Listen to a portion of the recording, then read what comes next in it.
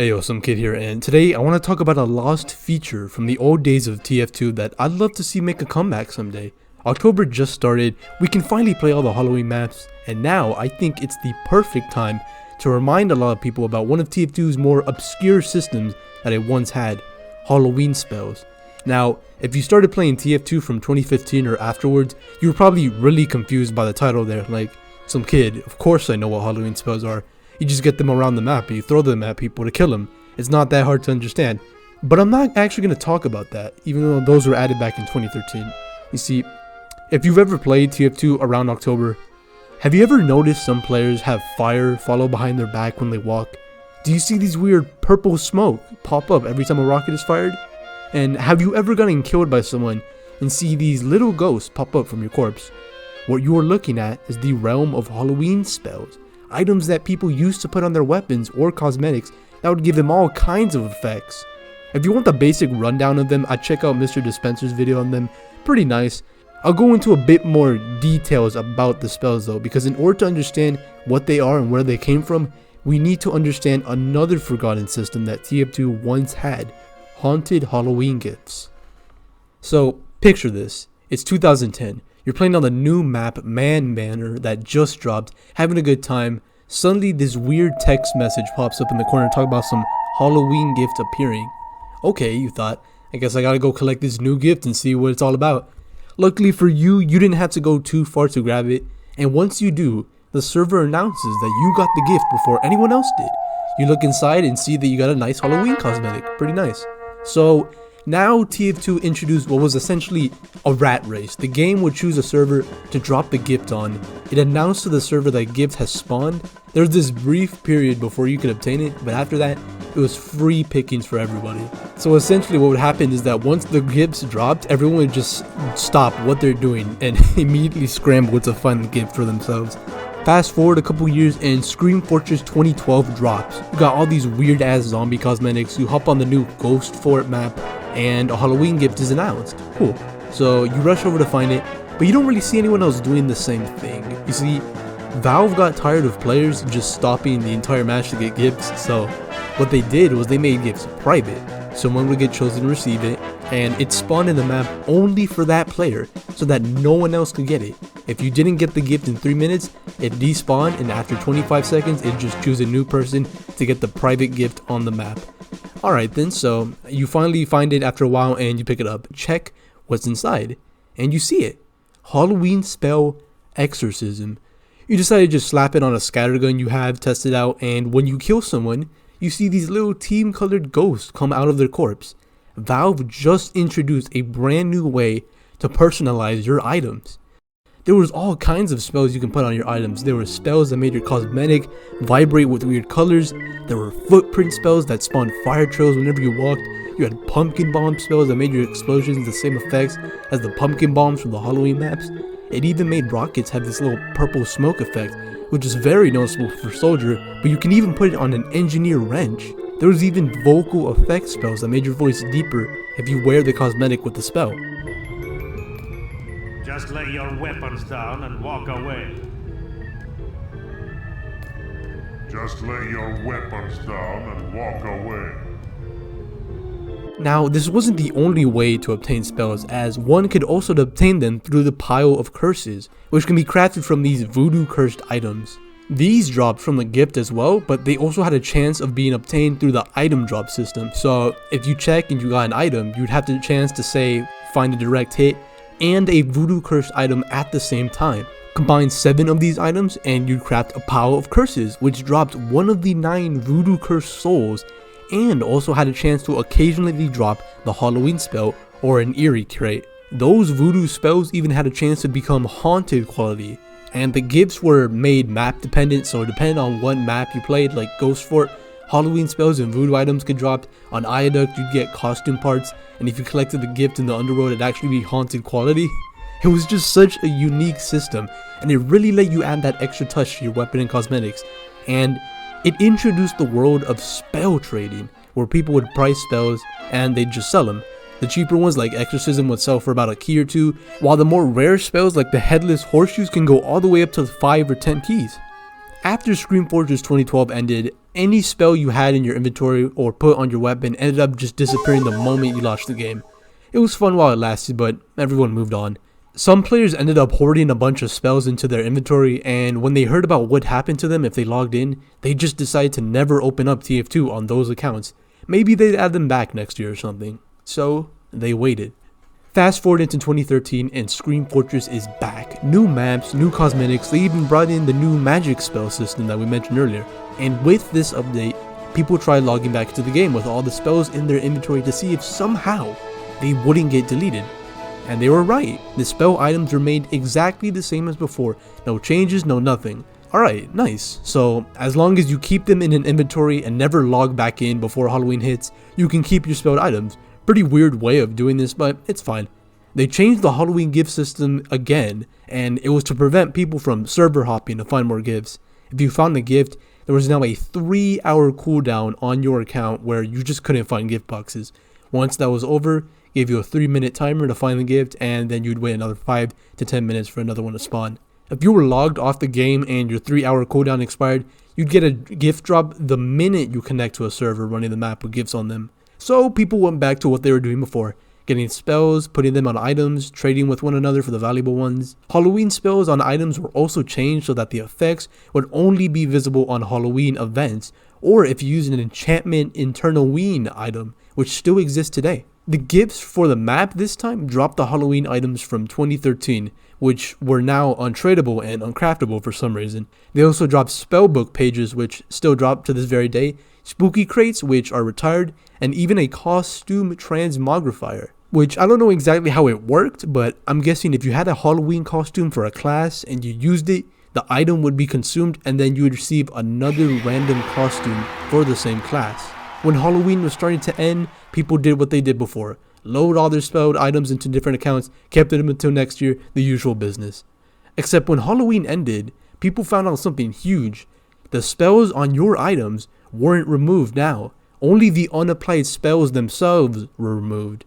This meant you can keep your Australian rocket launcher with pumpkin bombs and exorcism all year round, and you never have to worry about them disappearing ever again. This change was insane to the spell system, and it's the whole reason why we even have spelled items today. It's important to note also that Halloween spell potions by themselves were not tradable outside of the Halloween event, so everyone had to do their trading before the event ended. When the Scream Fortress 2014 update hit, however, they made spell potions tradable all year round, which is also a huge factor into people applying spells to items. 2014 was the last time we'd ever see spells again, as they would be soon replaced next year by the infamous Soul Gargoyle system. Since Valve let you trade spells, what ended up happening was that even after the event ended on November 12, 2014, you can still trade the spells to other people despite them disappearing once you logged in. This is what is referred to as post-life spells, where people would trade with other accounts that were already logged in. I'm assuming people who kept their computers on for days without shutting it off. They trade with those players through the Steam system instead of logging into Team Fortress 2 first, and from there, players would apply spells to the items. There are still some items nowadays that exist from this whole system, and the thing you have to pay attention for when finding them is seeing when the weapons themselves released. If they came out after November 12th, 2014 and they have spells on them, they are post-life spelled items.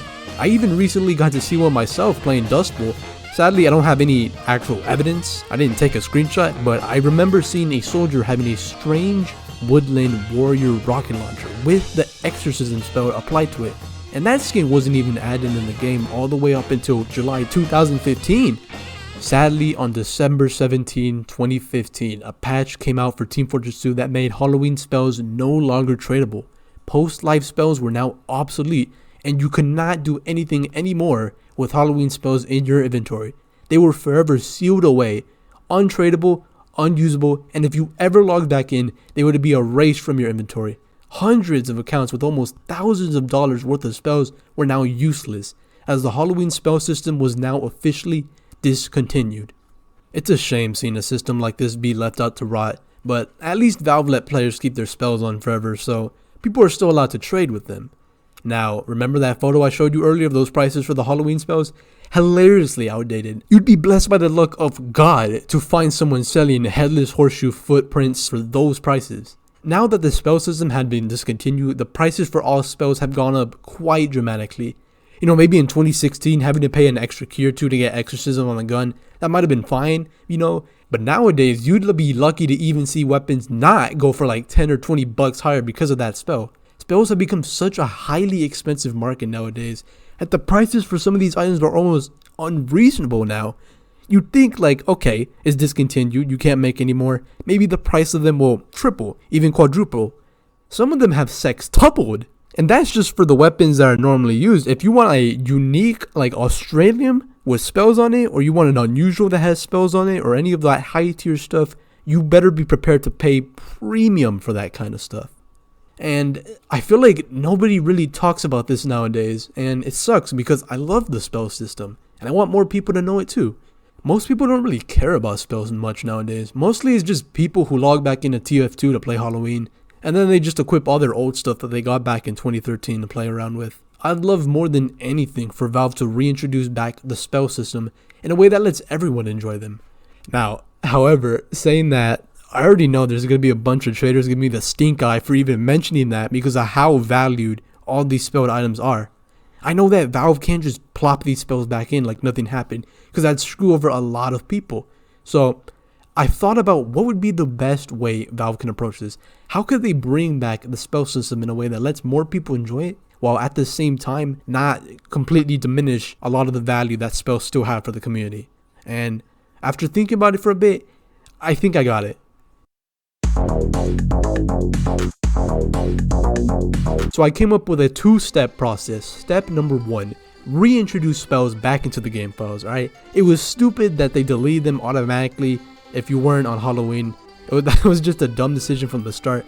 I feel like spells nowadays, they should become tradable all year round. They should become available all year round, alright? Now this deletion shit. Now this is going to introduce a lot more spells into the market, but this is just making the ones that were available then unavailable turn into available spells again. So it's the closest thing you have to adding it back in without technically adding it back in. Step number 2, I'd add in a new item that allows you to suck out spells from items. It's this one-time consumable, rare drop, lets people take out a spell from an item and keep that spell in their inventory. From there, they can apply that spell into any item they want. I have a couple of suggestions for how they can implement this item in on the screen here. Just pause the video if you want to see it. I'd go with a mix of options 1 and 4 personally. I feel like that's the fairest system. Plus it gives us another reason to use refined metal, which I always think is a plus. Now, I chose this because there are a lot of items nowadays that are strange or genuine or whatever that were added after the spell system was discontinued and they never had a chance to be spelled. I know a lot of items didn't get their strange variants until 2016. So this item would be a better way to give people another opportunity to spell all their stuff. Let's say you have unique gray bands with headless horseshoes and voices from below, and you have strange gray bands that you know didn't get added all the way up until 2016. What you can do is use 2 of those Halloween spell extractors, take the spells out, then reapply them to your strange gray bands. Now, saying this, I know it's not a perfect solution, but like automatically the value of spelled items will go down by default because everyone could just yoink them from other items and put them into much more expensive items. It's definitely going to diminish some of the worth that those items had, but knowing that, I still think it's a good idea to go ahead. Alright, these spells are just too inflated in price. I can get them be more expensive over time, but with the way they are now, nuh-uh. Oh, but some kid, I have this genuine 3-rune blade with exorcism on it. It's one of the 131st ones to ever exist in the entire world. If this item is added, it'd ruin its value.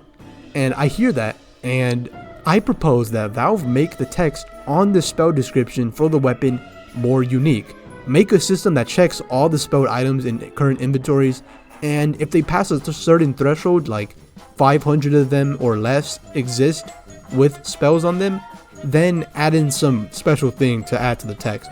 Maybe put a star symbol next to it and display 1 in specific amount of number that exists next to the text to show people that your item is unique. Now people can trade and use all kind of old spells again, and the value of them won't decrease dramatically because new ones aren't being added. Only the ones that weren't allowed to be traded could come back. Now Valve can focus on adding whole new spells for weapons, like maybe a different variant for the medigun beam, or rainbow rockets or whatever stuff it's in. Just don't introduce too many at a time like they did for unusual effects. Every new cosmetic case has like 7 effects, and most of the time they don't look too good or even fit with the game, and there's just a huge clog on the whole unusual system. Just introduce a spell or 2 every Scream Fortress update, and I think that'll be more than enough. I love the system. I'd wish they make a comeback. Like I said, I do like my item idea, even if it will diminish some of the prices. I already know they are. Just the very idea of taking a high price spell and putting them onto another weapon when you couldn't do that for years, that will bring down the price, but I still think it's worthwhile. And I really hope Valve just implements a system like this, or maybe think outside the box. Other than that, just add in a couple other changes and bam, you made a pretty solid update. It's not a major update, but Valve already gave up on doing that. Even then though, I feel like they could do a bit more with these small holiday updates we get. Now, as to what kind of changes I'd want to do, well, I don't want to speak out for everybody, but they might go along the lines of fix the contractor so the HUD doesn't constantly break, make it so that you can have multiple contracts at any given time. Having to activate a contract every time you load in a new map can be annoying, especially when you have to do a boss contract and then finish the whole round when you kill them, so that you can safely activate the map contract so it doesn't just remove all the progress you made. Add the antique Halloween goodie cauldron back, or just add the seal mask back into Halloween packages, pretty please. Add some of the old Halloween cosmetics to be all year round, I think they fit. Add a system that tracks what tour you got your Australian from, double the character limit for the name tag and description. Add proper inventory stacking instead of just using one slot. Give us another chance to keep achievement items, please, please, please add them into inventories that don't have them, but they have the achievements. Just make them untradeable and uncraftable, please. Please, Eric Smith, for the love of God, bro. I miss my spiral salad hat so goddamn much. I miss all my achievement items, bro. Eric, please, please, please, please. So there you go. This has been my Team Fortress 2 Halloween public service announcement. You now know that Halloween spells once existed. Thank you for watching. Happy Halloween. If you want to stick around for another video, I'm going to be making a Team Fortress 2 weapon skin tier list, but instead of me just rating the skins, I'm going to be rating skins that I feel like fit 2007 Team Fortress 2's art style. So, well, I'm not rating skins like Health and Hell or any of those other purple or green skins. Instead, I'm going to be rating skins that I feel fit the original Team Fortress 2 art style. So, stuff like Secretly Service, Team Colored, Coffin Nail, Dress to Kill, and all these other skins that I feel belong in 2007 Team Fortress 2. So, if you like Team Fortress 2's old art style, maybe stick around for that video, who knows. Other than that, that's really all there is to the video. Hopefully they can add a way to add Halloween spells back. And it's going to be a huge blow to the whole Halloween trade ecosystem, I'd say, because Halloween stuff in general, they don't really have it too good. You can't trade most of the stuff. It's regulated to like 1 month. If we really want to buff Halloween items, I guess just make them visible in Pyrovision mode. Yeah, so if you have Pyrovision mode on, you can see all the Halloween cosmetics and spells and effects people have equipped. That's one more suggestion I'd have to add to the fucking suit. Alright, bring up the super list. Okay, boom, here you go. This is my list of stuff I want added. It's not everything I wanted, mind you, but I think it's pretty sizable enough. Valve, just, you can, honestly, you can do this all in like a patch note or two, if we're being real.